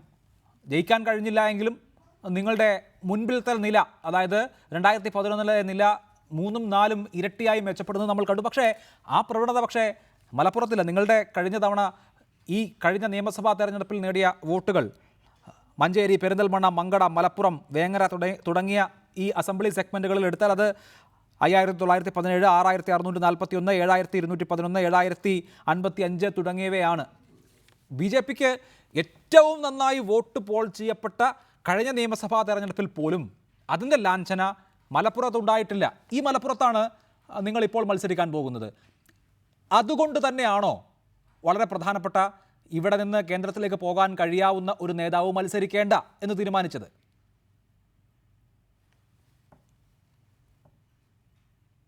അല്ല, ശ്രീപ്രകാശ് ഇവിടെ നിന്നും കേന്ദ്രത്തിലേക്ക് പോകാൻ കഴിയാത്ത നേതാവായതുകൊണ്ടാണോ ഞങ്ങൾ 2014 മത്സരിച്ചത്? 2014 ഞങ്ങൾ അദ്ദേഹത്തെ മത്സരിപ്പിച്ചപ്പോഴേക്കും ആരും ഈ ചോദ്യങ്ങളൊന്നും ചോദിച്ചില്ലല്ലോ. ഇനി അഭിലാഷ് വായിച്ച വോട്ടിൻ്റെ കണക്ക്, അഭിലാഷ്, ഞങ്ങൾക്ക് കേരളത്തിൽ സംഘടനാ ശേഷി കുറഞ്ഞ നിയോജക മണ്ഡലം ഉള്ള ജില്ലകളിൽ ഒന്നാണ് മലപ്പുറം ജില്ല. ഞാൻ അഡ്മിറ്റ് ചെയ്യുന്നു. കാരണം ന്യൂനപക്ഷ കേന്ദ്രീകൃതമാണ് ആ ജില്ല. ന്യൂനപക്ഷങ്ങളുടെ ഇടയിലേക്ക് ഇനിയും BJP കടന്നു കയറേണ്ടിയിരിക്കുന്നു. എന്നാൽ 2014 അപേക്ഷിച്ച് ഞങ്ങൾക്ക് കൂടുതൽ സ്വാധീനം ചെലുത്താൻ സാധിച്ചിട്ടുണ്ട്. ഞങ്ങൾക്ക് വനിതാ രംഗത്തും അതോടൊപ്പം തന്നെ മുസ്ലിം സമൂഹത്തിൽ നിന്ന് ഒരുപാട് നേതാക്കന്മാർ ഉയർന്നു വന്നിട്ടുണ്ട് കഴിഞ്ഞ 3 വർഷം കൊണ്ട്. അതുകൊണ്ട് തന്നെ ഇപ്പോൾ ഞങ്ങൾക്ക് നല്ല ശുഭാപ്തി വിശ്വാസമുണ്ട്.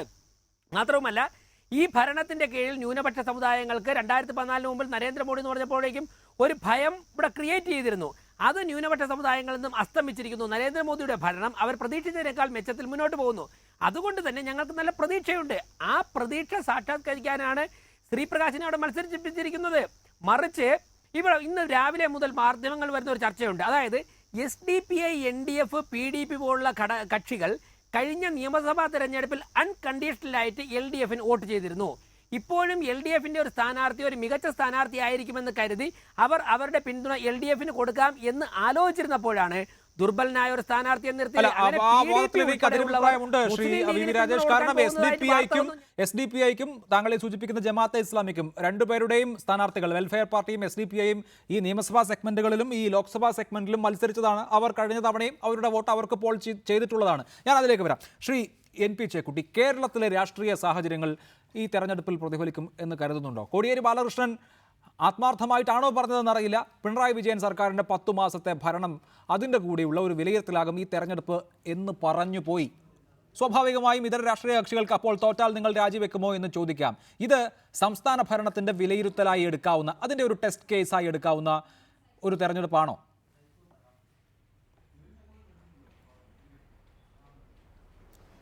എനിക്ക് തോന്നുന്നില്ല. കാരണം എന്ന് വെച്ചാൽ ദേശീയ രാഷ്ട്രീയത്തിൽ വളരെ ഗൗരവമുള്ള പ്രശ്നങ്ങൾ ഉയർന്നു വരുന്ന സമയമാണ്. നമ്മൾ കാണുന്നതിനേക്കാൾ ഗൗരവമായിട്ട് ഇന്നൊരു തരം മൈനോറിറ്റി കമ്മ്യൂണിറ്റികൾക്കകത്ത് വളരെ ഗൗരവതരമായിട്ടുള്ള പ്രതിസന്ധി വരുന്നുണ്ട്. മാത്രമല്ല BJP അവർക്ക് നൽകുന്ന സന്ദേശം വളരെ വളരെ ആപൽക്കരമായൊരു സന്ദേശമാണ്. നേരത്തെ 2014 വ്യത്യസ്തമായിട്ട് 2019 ആകുമ്പോഴേക്ക് വളരെ ശക്തമായിട്ടുള്ള ഒരു തീവ്ര ഹിന്ദുത്വ രാഷ്ട്രീയത്തിലേക്കാണ് BJP പോകാൻ ഉദ്ദേശിക്കുന്നത് എന്നുള്ള എല്ലാ ഇൻഡിക്കേഷനും UP-യിൽ നമ്മൾ കണ്ടു കഴിഞ്ഞു. ഈ സാഹചര്യങ്ങളിൽ ന്യൂനപക്ഷങ്ങൾ വളരെ ആശങ്കാകുലരാണ്. അതുകൊണ്ട് തന്നെ തങ്ങളുടെ ശക്തി, തങ്ങൾക്കുള്ള രാഷ്ട്രീയ ശക്തി ശക്തിപ്പെടുത്തുക എന്നുള്ളത് വളരെ വളരെ പ്രധാനമാണ്. അതൊരു ഐഡൻറ്റിറ്റി പൊളിറ്റിക്സിൻ്റെ പ്രശ്നമല്ല. മുസ്ലിങ്ങളായാലും ശരി, പിന്നോക്ക സമുദായക്കാരായാലും ശരി, ദളിതരായാലും ശരി, ഈ വിഭാഗങ്ങളുടെയൊക്കെ ഐക്യം ഉണ്ടാക്കുക, അതിന് ശക്തമായിട്ടുള്ള ഒരു രാഷ്ട്രീയ അടിത്തറ ഉണ്ടാക്കുക എന്നുള്ളത് ഇന്ത്യയിലെ നിലനിൽപ്പിൻ്റെ പ്രശ്നമാണ് എന്ന് ന്യൂനപക്ഷങ്ങൾ തിരിച്ചറിയുന്നുണ്ട്, പിന്നോക്ക സമുദായങ്ങൾ തിരിച്ചറിയുന്നുണ്ട്, ദളിത് സമുദായങ്ങൾ തിരിച്ചറിയുന്നുണ്ട്. അതിനുള്ള സാധ്യത നൽകുന്ന അത്തരത്തിലുള്ള ഒരു ഇനീഷ്യേറ്റീവിന്, അത്തരത്തിലൊരു മുന്നേറ്റത്തിന് സാധ്യത നൽകുന്ന ഒരു കരുത്തനായ നേതാവിനെ പാർലമെന്റിലേക്ക് അയക്കുക, ദേശീയ തലത്തിലേക്ക് അയക്കുക എന്നുള്ളത് വളരെ വളരെ പ്രധാനമാണ്. അതുകൊണ്ട് തന്നെ മുസ്ലിം ലീഗിനെ സംബന്ധിച്ചിടത്തോളം മുസ്ലിം ലീഗ് എടുക്കുന്ന ഈ നിലപാടിനോട് പൊതുവിൽ കമ്മ്യൂണിറ്റിക്കകത്ത്, പൊതുവിൽ വോട്ടർമാർക്കകത്ത് പിന്തുണ കൂടുതൽ ലഭിക്കാനുള്ള സാധ്യതയാണ് കാണുന്നത്. കാരണം അത്തരത്തിലുള്ളൊരു അന്തരീക്ഷമാണ് ഇന്ന് കൂടുതലായിട്ട് രാജ്യത്ത് ഡെവലപ്പ് ചെയ്ത് വരുന്നത്. മറ്റുള്ള ആളുകൾ പറയുന്നത് ഞങ്ങളാണ് അവരെ പ്രൊട്ടക്ട് ചെയ്യുന്നത്. ഇത്തരത്തിലുള്ള പ്രൊട്ടക്ഷനിസ്റ്റുകളെ കൊണ്ടൊന്നും ഒരു കമ്മ്യൂണിറ്റിയും രക്ഷപ്പെടാൻ പോകുന്നില്ല. സ്വന്തം കരുത്ത് മാത്രമാണ് ഒരു സമുദായത്തെ, ഒരു രാജ്യത്തെ മുന്നോട്ട് നയിക്കുക. ശരി, ശ്രീ MV ജയരാജൻ, ഇത് സർക്കാരിൻ്റെയും പിണറായി വിജയൻ്റെയും വിലയിരുത്തലാകും എന്നുള്ളത് CPIM-ന്റെ സുചിന്തിതമായ നിലപാടാണോ? അതാണ് സംസ്ഥാന സെക്രട്ടറി പറഞ്ഞത്. ശ്രീ ഇബ്രാഹിമിന്റെ ഒരു നിഗമനം ഞാൻ കേട്ടു. അത് വെറും തമാശയല്ല, കളിതമാശയാണ്. ഇങ്ങനെ ഒരു കളിതമാശ രാഷ്ട്രീയം ഇതുപോലൊരു ചർച്ചയിൽ പ്രകടിപ്പിച്ചത് നിർഭാഗ്യകരമായി പോയി. ലീഗ് നേതാക്കളെയല്ല സംഘപരിവാർ വധിക്കുമെന്ന് ഭീഷണിപ്പെടുത്തുന്നത്, കമ്മ്യൂണിസ്റ്റ് നേതാക്കളെയാണ്. വധിക്കാൻ 1 കോടി ഉറുപ്പികയാണ് വാഗ്ദാനം ചെയ്തത്, ഒരു ലീഗ് നേതാവിനെയല്ല. ആദ്യം അഖിലേന്ത്യാ പ്രസിഡന്റായ കുഞ്ഞാലിക്കുട്ടി പോയിട്ട് നാഗ്പൂർ മുനിസിപ്പാലിറ്റിയിലെ ലീഗും BJP-യും ഉള്ള കോലീബി കൂട്ടുകെട്ട് പൊളിക്കട്ടെ, എന്നിട്ട് വാ സംഘപരിവാറിനെതിരായ വർത്താനം. ഈ വർത്താനം കേൾക്കുമ്പോൾ തോന്നും ഈ ലീഗുകാരാണ് ഇവിടെ നിന്നിട്ട് ഈ കിണറ്റിൽ കിടക്കുന്ന തവളിയെ പോലെ അവര് പറയുന്നത് സംഘപരിവാറിനെതിരായി ഞങ്ങളാണ്. ആരോടാ ഇപ്പൊ പറയുന്നത്? ഈ രാജ്യത്താകെ സംഘപരിവാർ രാഷ്ട്രീയത്തിനെതിരെ ന്യൂനപക്ഷ സംരക്ഷണത്തിന്റെ പ്രശ്നം ഉയർത്തി മതസൗഹാർദ്ദത്തിനും മതേതരത്വത്തിനും വേണ്ടി പ്രവർത്തിക്കുന്ന കമ്മ്യൂണിസ്റ്റുകാരോടോ ഇടതുപക്ഷക്കാരോടോ, അതിനുവേണ്ടി ജീവൻ പോലും ബലിയർപ്പിക്കുന്ന ഇടതുപക്ഷത്തിന്റെ ആ ചെറുപ്പക്കാരനായ സ്ഥാനാർത്ഥിയെ അല്ലാതെ മറ്റാരെ തെരഞ്ഞെടുക്കാനാണ് മലപ്പുറത്തെ ജനങ്ങൾ? ശ്രീ MV ജയരാജൻ, ഉത്തർപ്രദേശിലെയും ഹരിയാനയിലെയും കാര്യം മാത്രമാണോ? കേരളത്തിലെ കാര്യങ്ങൾ ഈ തെരഞ്ഞെടുപ്പിനൊരു ചർച്ചാ വിഷയമാകില്ലേ? 10 മാസമായി ഇടതുപക്ഷ ജനാധിപത്യ മുന്നണി ഭരിക്കുന്നു. എല്ലാം ശരിയാക്കാമെന്ന് വാഗ്ദാനം നൽകി അധികാരത്തിലെത്തിയതാണ്. എല്ലാം ശരിയാക്കിയോ ഇല്ലയോ, ഇക്കാര്യത്തിലുള്ള ജനങ്ങളുടെ റഫറണ്ടമാകുമോ തെരഞ്ഞെടുപ്പ്? ഓണക്കാലത്ത് പെൻഷൻ വീട്ടിലെത്തിച്ച കാര്യം മാത്രം പോലെയെന്ന് ഇടതുപക്ഷത്തിന് വോട്ട് ചെയ്യാൻ. ആ മലപ്പുറത്തെ വൃദ്ധരായി എത്ര പെൻഷൻകാരാണ് പാവപ്പെട്ടവര് വീട്ടിൽ പെൻഷൻ എത്തിച്ചപ്പോ നമ്മുടെ സഹകരണ ബാങ്ക് ജീവനക്കാരുടെ കയ്യും പിടിച്ച് മക്കളെ ഇനിയും ഈ ഭരണം 5ഉം 10ഉം കൊല്ലം ഭരിക്കണം എന്ന് പറഞ്ഞ് അത് മാത്രം പോലെയെന്ന് ഇടതുപക്ഷത്തിന് വോട്ട് കിട്ടാൻ. ആ ചെറുപ്പക്കാരനെ മുഴുവൻ ആളുകളും മനസ്സുകൊണ്ട് സ്വീകരിച്ചില്ലേ? പിന്നെ എവിടെ കുഞ്ഞാലിക്കുട്ടി ജയിക്കാൻ?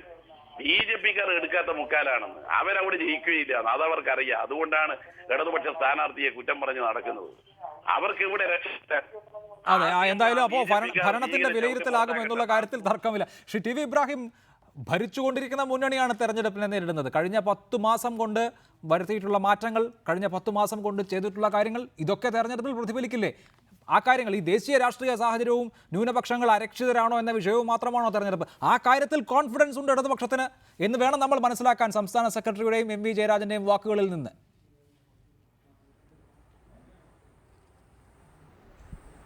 തീർച്ചയായിട്ടും ഞങ്ങളതൊരു വെല്ലുവിളിയായി സ്വീകരിക്കാൻ വേണ്ടി UDF തീരുമാനിച്ചിട്ടുണ്ട്. കഴിഞ്ഞ നിയമസഭാ സെഷൻ അവസാനിച്ച് പോന്നപ്പോൾ പ്രതിപക്ഷ നേതാവ് ഈ വെല്ലുവിളി ഉയർത്തിയപ്പോൾ സത്യത്തിൽ ഭരണപക്ഷത്ത് നിന്ന് മുഖ്യമന്ത്രിയോ മറ്റാരും ഈ വെല്ലുവിളി സ്വീകരിക്കുന്ന ഒരു സംസാരിച്ചിട്ടില്ല. പുറത്തു നിന്നാണ് കോടിയേരി ബാലകൃഷ്ണൻ ഇത് കേരള ഗവൺമെൻറ്റിൻ്റെ വിലയിരുത്തൽ കൂടിയാകും എന്ന് പറഞ്ഞിട്ടുള്ളത്. ആ പ്രസ്താവന വന്നപ്പോഴേ ഞാനടക്കമുള്ള ആളുകൾ ചിന്തിച്ചത് കോടിയേരിക്ക് എന്തോ രഹസ്യ അജണ്ടയുണ്ട് ഇതിൻ്റെ പിന്നിൽ നിന്ന്. കാരണം അത്രമാത്രം ഈ ഭരണകൂടത്തെ ജനങ്ങൾ അവിശ്വസിച്ച് കഴിഞ്ഞു. ജനങ്ങൾ ഈ ദുർഭരണം ഒന്ന് അവസാനിപ്പിച്ച് കിട്ടിയാൽ മതി, ഒരു തെറ്റ് ചെയ്തു പോയി എന്നുള്ളൊരു രീതിയിലാണ്, ഇനി അവരൊന്ന് കയ്യിൽ കിട്ടട്ടെ എന്നുള്ള രീതിയിലാണ് ഇപ്പോൾ ജനങ്ങൾ നിൽക്കുന്നത്.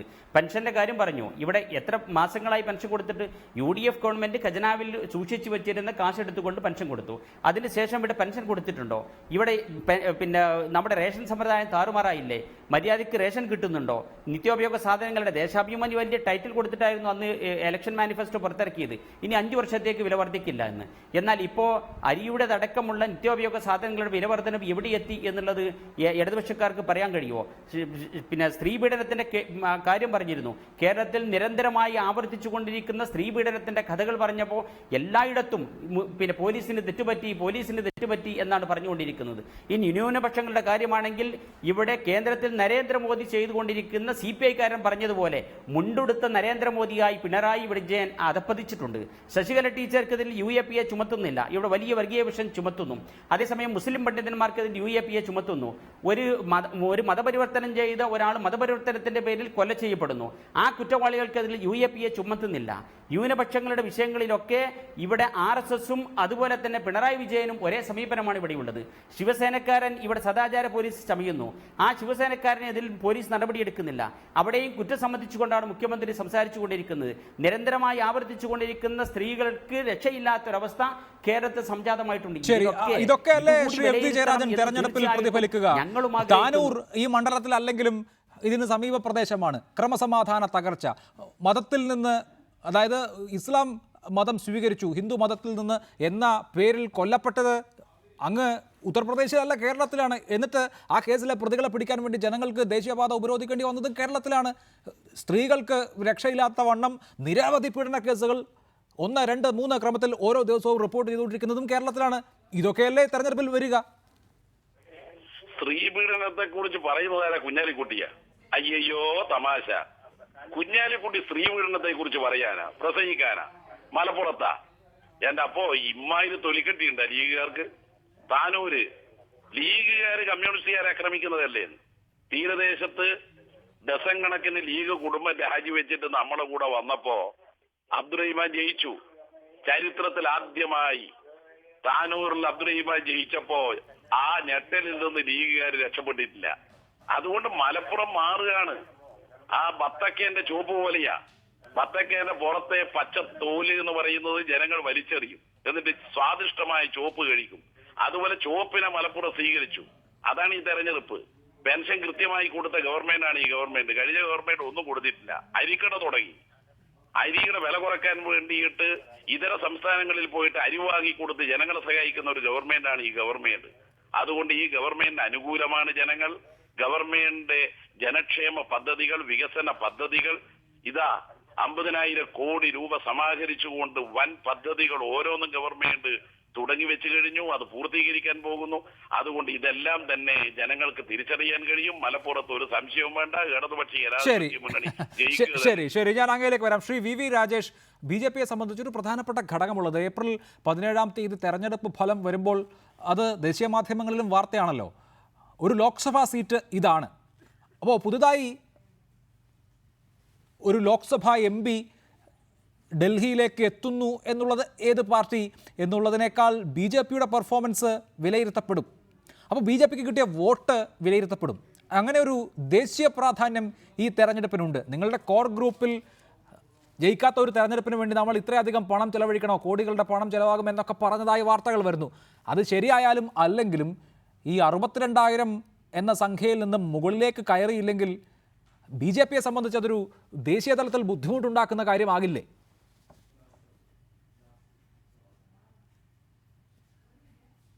അഭിലാഷ, ഞങ്ങളുടെ കോർ ഗ്രൂപ്പിൽ ഞാനും പങ്കെടുത്തിട്ടില്ല, താങ്കളും പങ്കെടുത്തിട്ടില്ല. വാർത്തകൾ പലതും വരുന്നുണ്ടാകാം. ഞങ്ങളുടെ കോർ ഗ്രൂപ്പിൽ ഈ തെരഞ്ഞെടുപ്പിൽ 65,000 വോട്ടുണ്ടായിരുന്നത് 6 ഇരട്ടി വർദ്ധിപ്പിക്കാൻ സാധിക്കും എന്ന് ഞങ്ങൾ വിലയിരുത്തിയതിൻ്റെ അടിസ്ഥാനത്തിലാണ് ശ്രീപ്രകാശിനെ മത്സരിപ്പിച്ചിരിക്കുന്നത്. അഭിമാനത്തോടെ ഏപ്രിൽ മാസം 17-ാം തീയതി ഡൽഹിയിൽ ഇത് ചർച്ച ചെയ്യാൻ വേണ്ടി ഞങ്ങൾ തയ്യാറെടുക്കുക തന്നെയാണ്. ഞങ്ങൾക്കതിന് ആവശ്യമായുള്ള മെറ്റീരിയൽസ് ഞങ്ങളുടെ കയ്യിലുണ്ട്. ഞാൻ ശ്രീ MB ജയരാജൻ അദ്ദേഹത്തിന് പ്രൈവറ്റ് സെക്രട്ടറി പണി കഴിച്ചിട്ട് സമയമുണ്ടെങ്കിൽ മലപ്പുറത്ത് കൊണ്ടുപോയി അദ്ദേഹത്തെ എല്ലാ സ്ഥലങ്ങളിലും ഒന്ന് പ്രസംഗിപ്പിക്കണം. മലപ്പുറം ചുവപ്പിനെ സ്വീകരിക്കാൻ തയ്യാറായിരിക്കുന്നു എന്നാണ് അദ്ദേഹം പറയുന്നത്. കേരളം 9 മാസം മുമ്പ് ചുവപ്പിനെ സ്വീകരിച്ചതിൻ്റെ ഫലം അനുഭവിച്ചു കൊണ്ടിരിക്കുകയാണ്. അദ്ദേഹം പറഞ്ഞു പെൻഷൻ കിട്ടിയ അമ്മമാരൊക്കെ അനുഗ്രഹിക്കുകയാണെന്ന്. പിണറായി സർക്കാർ അധികാരത്തിലേറ്റതിന് ശേഷം പീഡനമേറ്റ് മരണപ്പെട്ട ഇവിടുത്തെ പാവപ്പെട്ട പെൺകുട്ടികളുടെയും അമ്മൂമ്മമാരുടെയും ആത്മാക്കൾ മുകളിൽ ഇരുന്നുകൊണ്ട് ഈ സർക്കാരിനെതിരെ ശാപം ചൊരിയുകയാണെന്നുള്ള കാര്യം ഇദ്ദേഹം അറിയുന്നില്ല. പോലീസിന് വീഴ്ച പറ്റി മാപ്പാക്കണമെന്ന് പറഞ്ഞുകൊണ്ട് 24 മണിക്കൂറും മാപ്പ് ചോദിക്കുന്ന ഒരു മുഖ്യമന്ത്രിയെ ഇദ്ദേഹം കാണുന്നില്ല. ഈ മേന്മയും പറഞ്ഞുകൊണ്ടാണെന്ന് തോന്നുന്നു മലപ്പുറത്തേക്ക് പോകാൻ പോകുന്നത്. SNC ലാവൽ കേസും മലപ്പുറം കേസിന്റെ വിധിയും വരുമ്പോഴേക്കും പിണറായി വിജയൻ മാറിയിട്ട് കോടിയേരി കേരളത്തിന്റെ മുഖ്യമന്ത്രിയാവാൻ കച്ചകെട്ടിയിരിക്കുകയാണെന്നുള്ള കാര്യം ശ്രീ MB ജയരാജൻ മറന്നു പോകുന്നു. ഞാൻ ഉറപ്പ് കാര്യം തറപ്പിച്ച് പറയാം അഭിലാഷ്, യാതൊരു സംശയവും വേണ്ട. മാർക്സിസ്റ്റ് പാർട്ടിയും മുസ്ലിം ലീഗുമായി കച്ചവടം ഉറപ്പിച്ചതിന്റെ അടിസ്ഥാനത്തിൽ തന്നെയാണ് ഈ സ്ഥാനാർത്ഥിയെ ഫീൽഡ് ചെയ്തിരിക്കുന്നത്. വരാൻ പോകുന്ന ദിവസങ്ങളിൽ ശക്തമായ പ്രചരണം നടക്കുമ്പോൾ മലപ്പുറത്തെ ജനത ഇത് തിരിച്ചറിയും. ഇത് തിരിച്ചറിയുന്ന നിമിഷം അവർ BJPക്ക് അനുകൂലമായി സംവിധാനാവകാശം വിനിയോഗിക്കും. അതിനുവേണ്ടിയുള്ള പ്രചരണങ്ങളും പ്രവർത്തനങ്ങളും തന്നെയാണ് ഞങ്ങൾ ആരംഭിച്ചിരിക്കുന്നത്. ഡൽഹിയിൽ ഇത് ചർച്ച ചെയ്യാൻ ഞങ്ങൾക്ക് ഒരു ആശങ്കയുമില്ല. മറ്റൊന്ന്, യോഗി ആദിത്യനാഥിനെ കുറിച്ചൊക്കെ ശ്രീ MB ജയരാജൻ പറഞ്ഞല്ലോ, 2 അരയ്ക്കുന്ന സത്യപ്രതിജ്ഞയ്ക്ക് ശേഷം ഇതുവരെ യോഗി ആദിത്യനാഥ് കഴിഞ്ഞ 6 മണിക്കൂറായി സ്വീകരിച്ചിട്ടുള്ള ഉത്തർപ്രദേശിലെ സമീപനങ്ങളൊന്ന് വായിച്ചു നോക്കണം. അതിനുശേഷം അവിടുത്തെ ന്യൂനപക്ഷ ജനങ്ങളുമായി സംസാരിക്കണം. എന്നിട്ട് വേണം യോഗി ആദിത്യനാഥിനെ വിമർശിക്കാൻ വേണ്ടി വരാൻ. ശരി ആവട്ടെ. എന്തായാലും യോഗി ആദിത്യനാഥിനെ നമുക്ക് നന്നായി അറിയാവുന്നതാണല്ലോ. ഞാൻ ഇന്നലെ ചർച്ച നടത്തിയതായതുകൊണ്ട് അതിലേക്ക് കൊണ്ടുപോകുന്നില്ല. ശ്രീ TV ഇബ്രാഹിം, എന്താണ് ഇവിടെ MV ജയരാജൻ സൂചിപ്പിച്ച കാര്യങ്ങളിലുള്ള ലീഗിൻ്റെ മറുപടി? ഇവിടെ ലീഗ് എന്നുള്ള പാർട്ടിയെ സംബന്ധിച്ച് അഭിമാന പോരാട്ടമാണ് എന്ന വസ്തുത കൂടി നമ്മൾ കണക്കിലെടുക്കണം. കാരണം ഏറ്റവും പ്രധാനപ്പെട്ട ആളെ നിങ്ങൾ മത്സരിപ്പിക്കാൻ തീരുമാനിച്ചിരിക്കുകയാണ്. ആരെ നിർത്തിയാലും ജയിക്കുന്ന മണ്ഡലത്തിൽ എന്തിനാണ് ഏറ്റവും പ്രമുഖനായ പാർലമെൻ്ററി പാർട്ടി ലീഡർ തന്നെ മത്സരിക്കുന്നത് എന്ന് ചോദിക്കുന്ന ആളുകളോട് കഴിഞ്ഞ തവണത്തെ 1,92,000 കുറഞ്ഞു പോയാൽ എന്ത് സമാധാനം പറയും?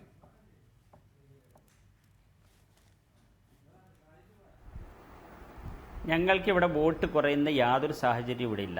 പിന്നെ എന്തിനു വേണ്ടി ഞങ്ങൾ കുഞ്ഞാലിക്കുട്ടി സാഹിബിനെ തന്നെ മത്സരിപ്പിക്കുന്നു എന്നുള്ളതിന് ഞാൻ വളരെ നേരത്തെ തന്നെ ഉത്തരം പറഞ്ഞു കഴിഞ്ഞു. മുസ്ലിം ലീഗ് പാർട്ടി, UDF ഇത് വളരെ ഗൗരവത്തോടു കൂടിയാണ് ഈ തെരഞ്ഞെടുപ്പിൽ സമീപിക്കുന്നത്. ദേശീയ രാഷ്ട്രീയത്തിൻ്റെ സാഹചര്യമുണ്ട്. അങ്ങനെയുള്ള ഒരു സ്ഥലത്തേക്ക് അഹമ്മദ് സാഹിബ് MP ആയി പോയിടത്തേക്ക് അതിന് റീപ്ലേസ് ചെയ്യാൻ പറ്റുന്നത് കുഞ്ഞാലിക്കുട്ടി സാഹിബിന് മാത്രമേ കഴിയൂ എന്നുള്ളത് കൊണ്ടാണ് ഞങ്ങൾ അദ്ദേഹത്തെ പറഞ്ഞയക്കുന്നത്. ഇന്ത്യയിലെ അരക്ഷിതാവസ്ഥയിലുള്ള ന്യൂനപക്ഷങ്ങൾക്കും പിന്നോക്ക വിഭാഗങ്ങൾക്കും ഒരു ആത്മവിശ്വാസം കൊടുക്കാൻ, ഒരു പ്രതീക്ഷ നൽകാൻ കുഞ്ഞാലിക്കുട്ടി സാഹിബിന് കഴിയുമെന്നുള്ളത് കൊണ്ടാണ് ഞങ്ങളത് കൊടുക്കുന്നത്. ഞങ്ങൾക്ക് വോട്ട് കുറയുന്ന യാതൊരു പേടിയുമില്ല. ഞങ്ങൾക്ക് കഴിഞ്ഞ തെരഞ്ഞെടുപ്പിൽ 4,37,000 വോട്ടാണ് അഹമ്മദ് സാഹിബിന് ഉള്ളത്.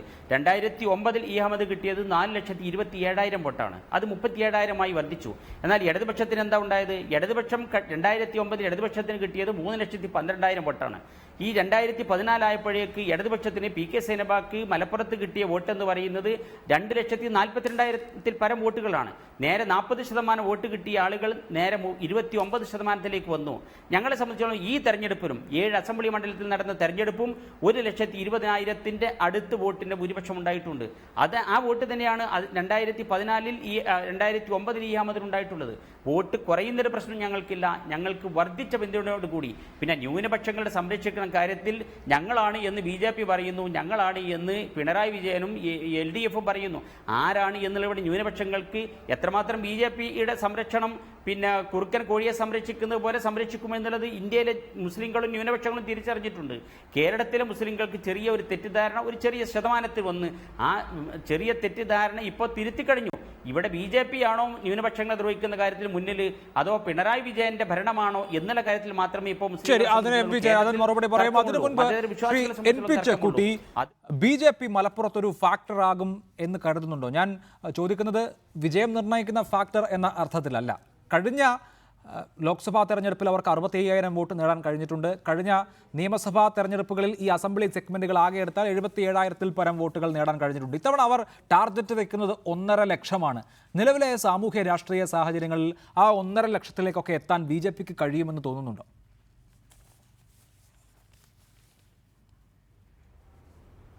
1.5 ലക്ഷത്തിലേക്ക് എത്തുമെന്ന് എനിക്ക് തോന്നുന്നില്ല. പക്ഷേ BJPയുടെ വോട്ടിൽ കാര്യമായ വർധനവിനുള്ള എല്ലാ സാധ്യതയും ഉണ്ടായിട്ടുണ്ട്.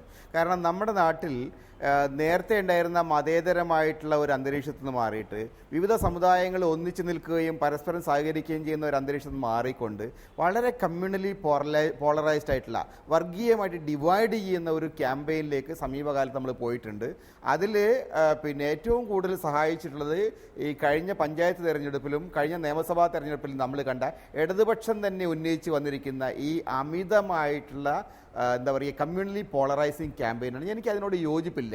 അപ്പോൾ ഇടതുപക്ഷത്തിൻ്റെ ഈ രാഷ്ട്രീയം അൾട്ടിമേറ്റ്ലി സഹായിക്കുന്നത് BJPയുടെ അടിത്തറ ശക്തിപ്പെടുത്താനാണ് എന്നുള്ള അഭിപ്രായമുള്ള ഒരാളാണ് ഞാൻ. അത് പല മണ്ഡലങ്ങളിലും മലബാറിൽ വിശേഷിച്ച് എനിക്ക് കാണാൻ കഴിയുന്നുണ്ട്. പല മണ്ഡലങ്ങളിലും ഹിന്ദു കൺസോളിഡേഷൻ ഉണ്ടായിട്ടുണ്ട്. അത് BJPക്ക് അനുകൂലമായി മാറിയിട്ടുണ്ട്. മലപ്പുറത്തും ഹിന്ദു വോട്ടർമാരുണ്ട്. ഈ വോട്ടർമാരിൽ ഒരു വലിയ പങ്ക് കൂടുതലായിട്ട് BJPയുടെ ഭാഗത്തേക്ക് പോവുകയാണ്. ഇത് ഇടതുപക്ഷത്തിന് നഷ്ടം മാത്രമല്ല, കേരളത്തിന് നഷ്ടം കൂടിയാണെന്ന അഭിപ്രായം എനിക്കുള്ളത്. കാരണം കേരളത്തിൽ അങ്ങനെ ഒരു അന്തരീക്ഷം ഉണ്ടായിരുന്നില്ല. പക്ഷേ നിർഭാഗ്യവശാൽ ഇന്ന് കൂടുതലായിട്ട് കമ്മ്യൂണലി പോളറൈസ്ഡ് ആയിട്ടുള്ള ഈ ക്യാമ്പയിനകത്ത് BJPയാണ് പ്രധാനപ്പെട്ട ഒരു ശക്തിയായിട്ട് വരുന്നത്. അങ്ങനെ ശക്തിയാക്കുന്നതിൽ നമ്മുടെ നാട്ടിലെ മതേതരത്വം പ്രസംഗിക്കുന്ന പല രാഷ്ട്രീയ കക്ഷികളും നിർണായകമായ പങ്ക് വഹിക്കുന്നുണ്ട്. മലപ്പുറത്ത് ഈ നടക്കുന്ന ഈ മത്സരത്തിലും യഥാർത്ഥത്തിൽ അതിൻ്റെ ഗുണഭോക്താവായിട്ട് വരാൻ പോകുന്നത് BJP ആയിരിക്കും. അവർക്ക് വോട്ട് വർദ്ധിക്കും. ശ്രീ MV ജയരാജൻ, അതിന് ഇടതുപക്ഷത്ത് നിന്നാണ് മറുപടി വേണ്ടത്. ഇവിടെ സൂചിപ്പിച്ചതുപോലെ 2009 നിന്ന് 2014 ആകുമ്പോൾ 80,000 വോട്ട് ഇടതുപക്ഷത്തിൻ്റെ സ്ഥാനാർത്ഥിക്ക് കുറയുകയാണ് ചെയ്തത് എന്ന് നമ്മൾ ഓർക്കണം. നമ്മൾ ഈ തണ്ണിമത്തൻ്റെ ഉള്ളും പുറവുമൊക്കെ ചർച്ച ചെയ്യുമ്പോൾ BJPയുടെ വോട്ട് ക്രമാനുഗതമായി വർദ്ധിക്കുകയുമാണ്. ധ്രുവീകരണം ഉണ്ടായാൽ അതിൻ്റെ ഗുണഭോക്താക്കൾ ലീഗും BJPയും ഒക്കെ ആയിരിക്കും. ഇടതുപക്ഷം അവിടെ രാഷ്ട്രീയം കൈയൊഴിയുന്നുണ്ടോ? 2014 നിന്ന് വ്യത്യസ്തമായി 2016 വോട്ട് ഗണ്യമായി ഇടതുപക്ഷത്തിനും മലപ്പുറം ലോക്സഭാ മണ്ഡലത്തിൽ വർദ്ധിച്ചു നമ്മൾ കാണേണ്ടതുണ്ട്. യഥാർത്ഥത്തിൽ ഇടതുപക്ഷ വോട്ടല്ല BJPക്ക് പോകുന്നത്, കോൺഗ്രസ് വോട്ടാ. അത് നിയമം തെളിവാണ്. നിയമം മാത്രമല്ല, കേരളത്തിന്റെ വിവിധ പ്രദേശങ്ങളിൽ കോൺഗ്രസിന്റെ വോട്ട് കുറയുകയും BJPയുടെ വോട്ട് വർദ്ധിക്കുകയും ചെയ്തു. അത് കേരളത്തിൽ മാത്രമല്ല, ഇപ്പോൾ നിയമസഭാ തെരഞ്ഞെടുപ്പ് നടന്ന സംസ്ഥാനങ്ങളിലെല്ലാം കാണാൻ കഴിഞ്ഞ ഒരു പ്രത്യേകതയാണ് കോൺഗ്രസിന്റെ പരാജയം BJPക്കാണ് വോട്ട് വർദ്ധിക്കാൻ ഇടവന്നത്. ഇവിടെ നാം കാണേണ്ട മറ്റൊരു കാര്യം, എന്താ യോഗി ആദിത്യനാഥ് പ്രസംഗിച്ച് നടന്നത്? മുസ്ലിം ജനസംഖ്യ കൂടുതലുള്ള സ്ഥലങ്ങളിലാണ് ലഹളകൾ കൂടുന്നത്. ലീഗുകാർ അതിനോട് യോജിക്കുമോ? യോജിക്കുന്നുണ്ടെങ്കിൽ നാഗ്പൂരിൽ ലീഗ് BJPക്ക് പിന്തുണ കൊടുക്കുന്നത് പിൻവലിക്കുമോ? എന്താ അദ്ദേഹം പറഞ്ഞത്? സിനിമ കാണേണ്ടതില്ലെന്ന് ജനങ്ങൾ തീരുമാനിച്ചാൽ സാധാരണ മുസ്ലിമിനെ പോലെ തെരുവിൽ അലഞ്ഞു തിരിയേണ്ടി വരും ഷാരൂഖ് ഖാൻ. ഇതൊക്കെ യഥാർത്ഥത്തിൽ BJP നമ്മുടെ നാട്ടിൽ ഉയർത്തുന്ന ന്യൂനപക്ഷ വേട്ടയുടെ ഭാഗമായുള്ള പ്രചാരവേദിയാണ്. അതിന്റെ ഏറ്റവും കടുത്ത പ്രചാരകനാണ് യോഗി ആദിത്യനാഥ്. അപ്പൊ യോഗി ആദിത്യനാഥിനെ മുഖ്യമന്ത്രിയാക്കാൻ പോലും മടി കാണിക്കാത്ത സംഘപരിവാർ രാഷ്ട്രീയത്തെ മതനിരപേക്ഷ മൂല്യങ്ങൾ ഉയർത്തിപ്പിടിച്ചുകൊണ്ട് ചെറുക്കുകയാണ് ഇടതുപക്ഷം ചെയ്യുന്നത്. മറ്റൊരു രീതിയിലല്ല. ഇടതുപക്ഷം ചെയ്യുന്നത് വർഗീയ ധ്രുവീകരണ രാഷ്ട്രീയമല്ല, അത് ചെയ്യുന്നത് സംഘപരിവാറാണ്. അതിനെ സഹായിക്കുന്നത് കോൺഗ്രസ് ആണ്. അതിന്റെ കൂടെ നിൽക്കുകയാണ് ലീഗ്. അതുകൊണ്ട് വർഗീയതയ്ക്കെതിരായി അത് ഏത് തലത്തിൽ നിന്ന് വന്നാലും, അത് ന്യൂനപക്ഷ വർഗീയതയായാലും ഭൂരിപക്ഷ വർഗീയതയായാലും, അതിനെ ചെറുത്തുകൊണ്ട് ഇടതുപക്ഷം മതസൗഹാർദ്ദത്തിന്റെയും മതനിരപേക്ഷതയുടെയും രാഷ്ട്രീയം ഉയർത്തിപ്പിടിക്കുകയാണ്. ആ രാഷ്ട്രീയത്തിന് അനുകൂലമായിരിക്കും മലപ്പുറം ലോക്സഭാ മണ്ഡലത്തിലെ ജനങ്ങൾ എന്ന കാര്യത്തിൽ ഒരു സംശയവും. ശരി, അങ്ങനെ മതനിരപേക്ഷതയുടെ ഉരകല്ലായി മാറുമോ മലപ്പുറം എന്നറിയാൻ നമുക്ക് കാത്തിരിക്കാം. എന്തായാലും ഉത്തർപ്രദേശും യോഗി ആദിത്യനാഥും ന്യൂനപക്ഷ ഭൂരിപക്ഷ കേന്ദ്രീകരണവും ഒക്കെ ആയിരിക്കും ഇവിടുത്തെ ഭരണത്തിൻ്റെ വിലയിരുത്തലിനേക്കാൾ പ്രാമുഖ്യമർഹിക്കുക ഈ തെരഞ്ഞെടുപ്പിൽ എന്ന് നമുക്ക് ഈ സംഭാഷണങ്ങളിൽ നിന്ന് തന്നെ ബോധ്യമാണ്. വളരെ നന്ദി Shri MV Jayarajan, Shri TV Ibrahim, Shri VV Rajesh, Shri NB Chekkutty ചർച്ചയിൽ പങ്കെടുത്തതിന്.